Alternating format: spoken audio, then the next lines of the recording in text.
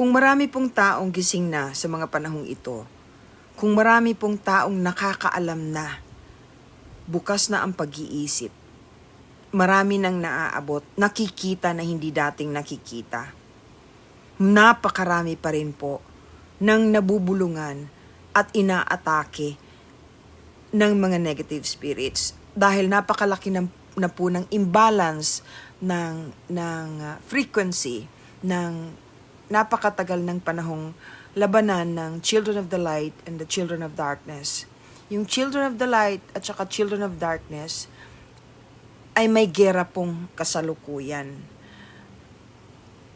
Ayaw po ng Children of Darkness, ayaw po ng mga negative spirits na manalo ang Children of Light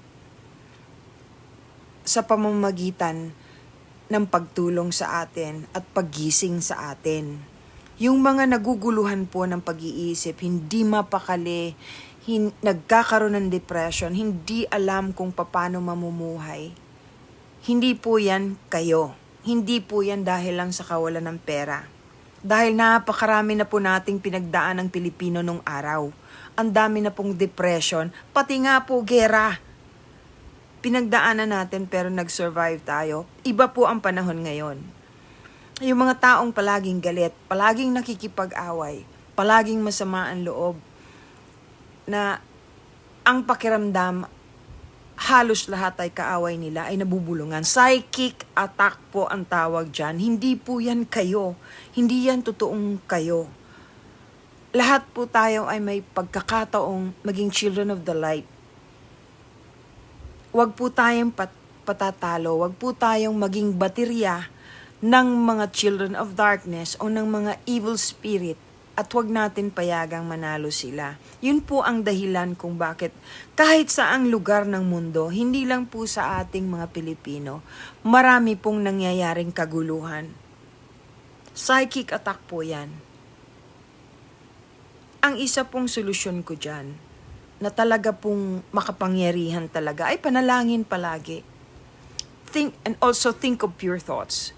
Huwag na po kayong makikinig dun sa bulong ng mga demonyo. Huwag po, kasi mahihirapan po kayo at maiiwan kayo at depression po ang aabutin ninyo. Kaya napakaraming suicide ngayon at napakaraming gulo at pag-aaway. Kaunti na lang, gera na uli. Huwag naman sanang matuloy. Huwag naman sana tayong madamay. As it is, naggigirahan na nga po tayo. Tayo, wala nang ibang ginawa kundi mag-away-away ng mang-alipusta, manglait sa bawat isa na nakakalimutan ninyo na pare-pareho naman po tayong nakatira sa mundong ito. We are all citizens of this world. Ang katungkulan po natin ay alagaan ng kalikasan, magmahalan. Huwag mag-away. Yun po ang mitsa ng kaguluhang nagaganap. Yun po ang dahilan kung bakit nagkakagera. Huwag nating hayaang matalo tayo. Huwag nating hayaang tayo ang maging baterya ng mga demonyo o ng evil spirit or negative spirit, whatever you want to call them, they're bad. They're very, very bad. So beware. Maghanap po kayo ng community ninyo, ng grupo ninyo. Like, yung sa amin po, yung mga estudyante ko, nagrupo-grupo po sila. They help each other and they help other humans, lalo na yung nahihirapan, umangat, na makaangat. Magtulungan po tayo. Ito pong sinasabi ko sa inyo ay totoo. Dahil sa pag-change ng frequency ng mundo, ng earth, and we're all made of energy, lahat po tayo ay apektado. Yung iba po talagang ayaw sumunod. Matigas ang puso, matigas ang ulo. Akala nila, napakagaling nila, napakarunong nila. Hindi nila alam, hindi lang po ito ang mundo. Meron pa pong iba. May parallel universe. merong higher beings, may extraterrestrials, marami pong iba't ibang klaseng beings ang nakatira sa universe at sa earth. Kabilang na po dyan ang mga elementals.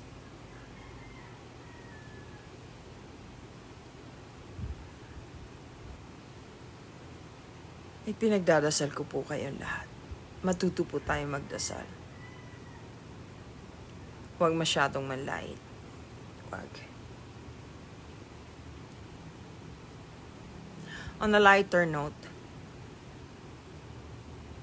ang isang advantage sa nangyayari ngayon, malapit nang maging 5D talaga. Marami nang nag-improve, marami nang nag-ascend, marami nang nag-evolve, marami nang gising. So magtulungan po tayo at mag-iingat po tayo. Tandaan ninyo, ang psychic attack ay ganyan. Hindi po kayo yan. Hindi po nasisira ang ulo ninyo. Hindi po, hanggang may hininga, may pag-asa. Magdasal lang po kayo. Huwag niyong pabayaang manalo sila. Opo. Ngayon, meron po akong isisingit na tungkol dun sa may nag-mention ng comment na kung ano raw ang kaibahan at bakit may maliliit na tao. Yung maliliit na tao po ay iba sa duwende. Iba po yon. Ang maliliit na tao ay may kanya-kanyang tawag. Ito po ay yung mga kaibigan kong maliliit na tao or elementals.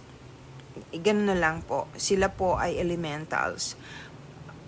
Ang size po nila ay maliit talaga, pero proportion, hindi po maigsi ang binti. Proportion, parang tao na lumiit lang. Parang tao na lumiit lang. Yun po ang kaibahan nila sa duwende. Iba naman po yung kategorya ng duwende. Maraming salamat po sa inyong lahat. Let's all pray. Let's all try to save ourselves, help each other. God bless everyone.